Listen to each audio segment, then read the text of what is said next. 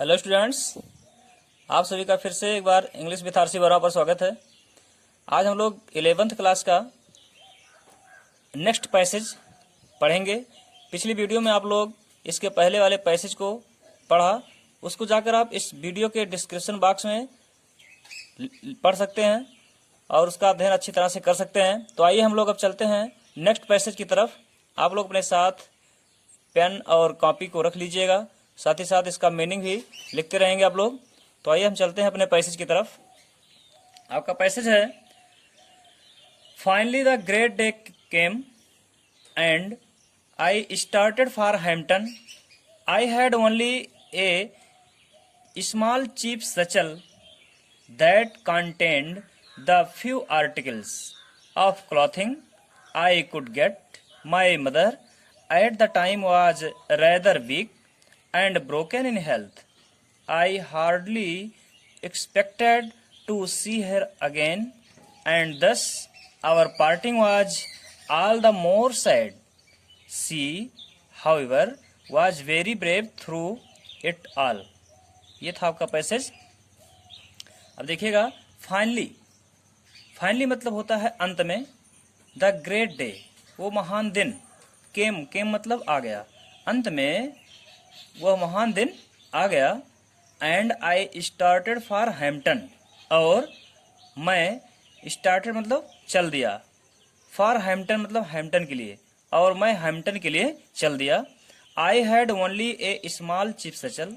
I had मेरे पास, had मतलब पास, helping verb भी है, यहाँ पर वर्ब का काम कर रहा है। आई हैड मतलब मेरे पास, ओनली मतलब केवल, ए स्मॉल मतलब छोटा, चीप मतलब सस्ता, मेरे पास केवल एक छोटा सा सस्ता सचल मतलब बैग या थैला था। दैट जो या जिसमें, कंटेंट मतलब रखा, समाहित किया। The few articles of clothing, few articles मतलब कुछ सामानों को, कुछ वस्तुओं को, ऑफ क्लॉथिंग मतलब कपड़े के कुछ कपड़ों को, कर लीजिए, कुछ कपड़ों को उसमें रखा। किसमें? उस बैग में, उस थैले में। आई कुड गेट, जितना मुझसे हो सका, मतलब जितना उसमें आ सकता था उतने कपड़ों को मैं उस थैले में रखा। माई मदर एट द टाइम, मेरी माँ, एट द टाइम मतलब उस समय, वाज रेदर वीक, बहुत ज़्यादा कमज़ोर थी। रेदर मतलब ज़रूरत से ज़्यादा, हद से ज़्यादा, जबकि वीक मतलब कमज़ोर। मेरी माँ उस समय ज़रूरत से ज़्यादा कमज़ोर थी। एंड ब्रोकन इन हेल्थ मतलब अस्वस्थ। मेरी माँ उस समय ज़रूरत से ज़्यादा कमज़ोर थी और अस्वस्थ थी। आई हार्डली एक्सपेक्टेड, हार्डली मतलब मुश्किल से, एक्सपेक्टेड मतलब उम्मीद करता था, आशा करता था, टू सी हर अगेन उससे दोबारा मिलने की। मैं बड़ी मुश्किल से उससे दोबारा मिलने की आशा करता था, मतलब ना के बराबर। हार्डली मतलब यहाँ पर ना के बराबर था। उसकी माँ बहुत अस्वस्थ थी, वो बचने के कगार पर नहीं थी। तो ही कह रहा है कि I had hardly expected to see her again, मैं उससे दोबारा मिलने की आशा नहीं करता था। एंड दस, और इस प्रकार, आवर पार्टिंग, हमारी जो पार्टिंग मतलब विदाई, हमारे जाने का समय जो था, was all the more sad, पूरी तरह से, मोर मतलब अधिक, सैड मतलब दुख से भरा हुआ था। मतलब हमारी जो विदाई थी वो दुख से भरा हुआ था। उसमें लेखक बहुत दुखी था, दुख से भरा हुआ था। उसका जो जाना था, बिछड़ना था, वो पूरी दुख से भरा हुआ था। सी हाउएवर, वह, जबकि, वाज वेरी ब्रेव, वाज मतलब थी, वेरी ब्रेव मतलब बहुत साहसी, बहुत बहादुर का काम की। थ्रू मतलब के दौरान, इट ऑल इन सभी के दौरान, वह जबकि इन सभी के दौरान बहुत ही साहस दिखाई, बहुत बहादुरी का काम की, मतलब धैर्य रखी, साहस दिखाई कि मेरा लड़का जा रहा है तो ठीक है, मैं किसी तरह से अपना निर्वाह कर लूंगी। कह रहा फिर से देखिए, finally the great day came, अंत में वो महान दिन आ गया। And I started for Hampton, और मैं हैम्पटन के लिए चल पड़ा। I had only a small cheap satchel, मेरे पास केवल एक छोटा सा सस्ता थैला था। That content the few articles of clothing, जिसमें कुछ कपड़ों के सामानों को रखा। कुछ कपड़ों को रखा। आई कुड गेट, जितना उसमें मुझसे हो सका। My mother at the time, मेरी माँ उस समय, was rather weak and broken in health, जरूरत से ज़्यादा कमज़ोर थी और अस्वस्थ थी। I hardly expected to see her again, मैं बड़ी मुश्किल से उससे दोबारा मिलने की आशा करता था, अर्थात उससे मिलने की उसको कोई उम्मीद नहीं थी कि दोबारा मतलब लौट कर जब मैं आऊँगा तो उससे दोबारा मिल पाऊँगा। मेरी माँ बचेगी या नहीं बचेगी, उसको यही दुविधा में पड़ा हुआ था। And thus our parting was all the more sad, और इस प्रकार से हमारी विदाई पूरी तरह से दुख से भरा हुआ था। सी हाउएवर, वह जबकि, was very brave through it all, इन सभी के दौरान बहुत साहस दिखाई। अब चलिए आप लोग नेक्स्ट पैसेज पर। क्या कह रहा है? The distance from Malden to Hampton is about 500 miles by walking, wagoning, rides, both in wagons and in the cars. In some way, after a number of days, I reached the city of Richmond, Virginia, about 82 miles from Hampton. When I reached there, tired, hungry, and dirty, it was late in the night. क्या कह रहा है? The distance मतलब दूरी, from Meldon, from मतलब से Meldon, Meldon एक स्थान का नाम है, टू हैम्पटन, हैम्पटन मतलब मेल्डन से हैम्पटन तक की दूरी, is about 500 meals, is about मतलब लगभग 500 मील मतलब 500 मील, लगभग 500 मील थी। क्या? मेल्डन से हैम्पटन की दूरी लगभग 500 मील थी। बाय वॉकिंग, पैदल चल के, वॉक मतलब घूमना, पैदल चल करके, वेगिंग राइड्स, वेगिंग मतलब निवेदन करते हुए, राइड्स मतलब सवारियों से, बोथ दोनों, इन वैगान्स घोड़ा गाड़ी, वैगन मतलब जो घोड़ा गाड़ी होता है, एंड इन द कार्स और कार के ड्राइवरों से, कार में, दोनों साधनों में, कौन कौन? घोड़ा गाड़ी चाहे हो चाहे कार हो, दोनों सवारियों से निवेदन करते हुए, दोनों सवारियों के ड्राइवरों से निवेदन करते हुए, इन सम वे मतलब किसी तरह से, आफ्टर ये नंबर ऑफ डेज, आफ्टर मतलब के बाद, ये नंबर ऑफ डेज मतलब कुछ दिनों के बाद, मतलब कुछ दिनों के बाद, I reach the city of Richmond, मैं रीच मतलब पहुंच गया, द सिटी शहर ऑफ रिचमंड, रिचमंड शहर को, कुछ समय के बाद, कुछ दिनों के बाद मैं रिचमंड शहर में पहुंच गया। वर्जीनिया के, मैं वर्जीनिया के रिचमंड शहर में पहुंच गया।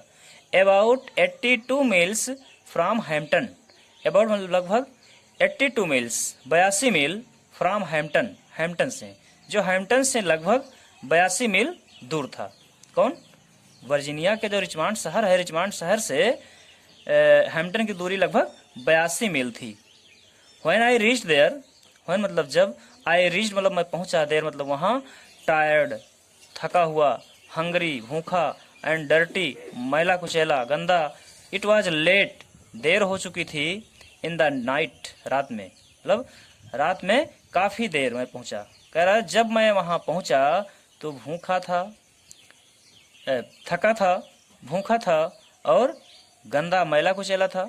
It was late in the night, रात में देर हो चुकी थी, काफ़ी लेट में रात में पहुंचा था वो। फिर से एक बार देख लीजिएगा। The distance from Malden to Hampton is about 500 miles, Malden से हैम्पटन की दूरी लगभग 500 मील थी, 500 मील है।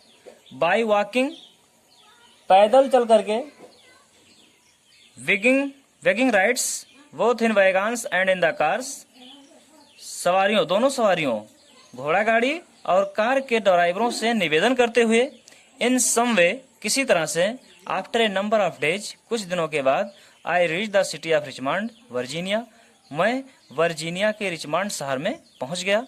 अबाउट 82 मील्स फ्रॉम हैम्पटन, जो हैम्पटन से लगभग 82 मील दूर है। व्हेन आई रीच देयर, जब मैं वहां पहुंचा तो, टायर्ड हंगरी एंड डर्टी, मैं थका हुआ, भूखा और गंदा मैला कुचैला था। It was late in the night, रात में काफ़ी देर हो चुकी थी। प्यारे स्टूडेंट्स, वीडियो आपको कैसी लग रही है? अगर वीडियो आपको अच्छी लग रही हो तो इसको लाइक कर दीजिए, और चैनल पर नए हैं तो इसको सब्सक्राइब कर लीजिए और अपने दोस्तों को भी शेयर कर दीजिए। आगे देखिएगा, I had never been in a large city. I had never never मतलब कभी नहीं, बीन मतलब रहा हूँ, in a large city, large मतलब बड़े, सिटी मतलब शहर, मैं कभी भी इतने बड़े शहर में नहीं रहा हूँ। एंड दिस रैदर एडेड, और इससे, रैदर मतलब जबकि, एडेड मतलब बढ़ गया, रैदर मतलब जबकि या जरूरत से ज़्यादा, और इससे अधिक बढ़ गया क्या, टू माई मिजरी मतलब मुसीबत या कष्ट। I had never been in a large city, मैं कभी भी इतने बड़े शहर में नहीं रहा हूँ। And this rather added to my misery, और इससे मेरी मुसीबत और अधिक बढ़ गई। When I reached Richmond, when मतलब जब, आई रीच्ड मैं पहुंचा, रिचमंड जब मैं रिचमंड पहुंचा तो I was completely out of money, I was completely मैं पूरी तरह से, आउट ऑफ मनी पैसे से खाली था, मतलब मेरे पास पैसे कुछ नहीं थे। जब मैं रिचमंड पहुंचा तो मेरे पास पैसा कुछ नहीं था, मैं पूरी तरह से पैसे से बाहर था। I had not a single acquaintance, I had not a single acquaintance in the place. I had मतलब मेरे पास, नॉट मतलब नहीं, ए सिंगल मतलब एक भी, एक्वेंटेंस मतलब परिचित, जान पहचान का, इन द प्लेस मतलब उस स्थान पर, मेरे पास उस स्थान पर एक भी परिचित व्यक्ति नहीं था। And being unused to city ways, और बीइंग मतलब होकर, अनयूज्ड मतलब अनभिज्ञ, टू सिटी वेज शहर के रास्तों से, और शहर के रास्तों से भी अनभिज्ञ था। आई डिड नॉट नो, मैं नहीं जानता था कि व्हेयर टू गो, व्हेयर कहाँ, टू गो मतलब जाना है, मुझे नहीं पता था, मतलब मैं नहीं जानता था कि मुझे कहाँ जाना है। I asked eight several places for lodging, I asked मैंने पूछा, मैंने कहा, एट सेवरल प्लेसेज कई, सेवरल मतलब कई, प्लेसेज जगहों पर, फॉर लॉजिंग मतलब ठहरने के लिए, लॉज मतलब ठहरना रुकना, मैंने कई जगहों पर ठहरने के लिए पूछा। But they all wanted money, लेकिन वे सभी, वांटेड चाहते थे, मनी पैसा, लेकिन वे सभी पैसा चाहते थे, मतलब फ्री में कोई रहने देने वाला नहीं कह रहा था, सभी पैसे की मांग कर रहे थे। And that was what I did not have, and that was what, और वह यही था जो, आई हैड नॉट जो मेरे पास नहीं था, क्या चीज़, पैसा, जो सब लोग मांग कर रहे थे पैसे की, और लेखक के पास पैसे की कमी थी, अर्थात उसके पास कुछ भी पैसा नहीं था, जो देने में असमर्थ था। Knowing nothing else better to do, knowing मतलब जानते हुए, नथिंग मतलब कुछ भी नहीं, नथिंग एल्स मतलब कुछ भी नहीं, बेटर मतलब उससे अच्छा, टू डू मतलब करना, यह करने से अच्छा मतलब यह जानते हुए कि यह करने से अच्छा कुछ भी नहीं है। I walked the streets, I walked मैं घूमा, द स्ट्रीट्स गलियों में, क्या किया, रात में, वो देर रात में पहुंचा था वहाँ पर रिचमंड शहर में, तो क्या किया, वहाँ ठहरना वो चाहता था, लेकिन ठहरने के लिए उसको कोई स्थान नहीं मिला, वो सभी पैसे चाहते थे। तो लेखक क्या कह रहा है कि knowing nothing else better to do, यह जानते हुए कि इससे अच्छा करना कुछ भी नहीं होगा, यह बात करने से अच्छा कुछ भी नहीं होगा, क्या, कि आई वॉक द स्ट्रीट, मैं गलियों में घूमता रहा, वो गलियों में केवल घूमता रहा, मतलब किसी तरह से वो उसको रात बिताना है तो इधर उधर गलियों में वो घूमता रहा।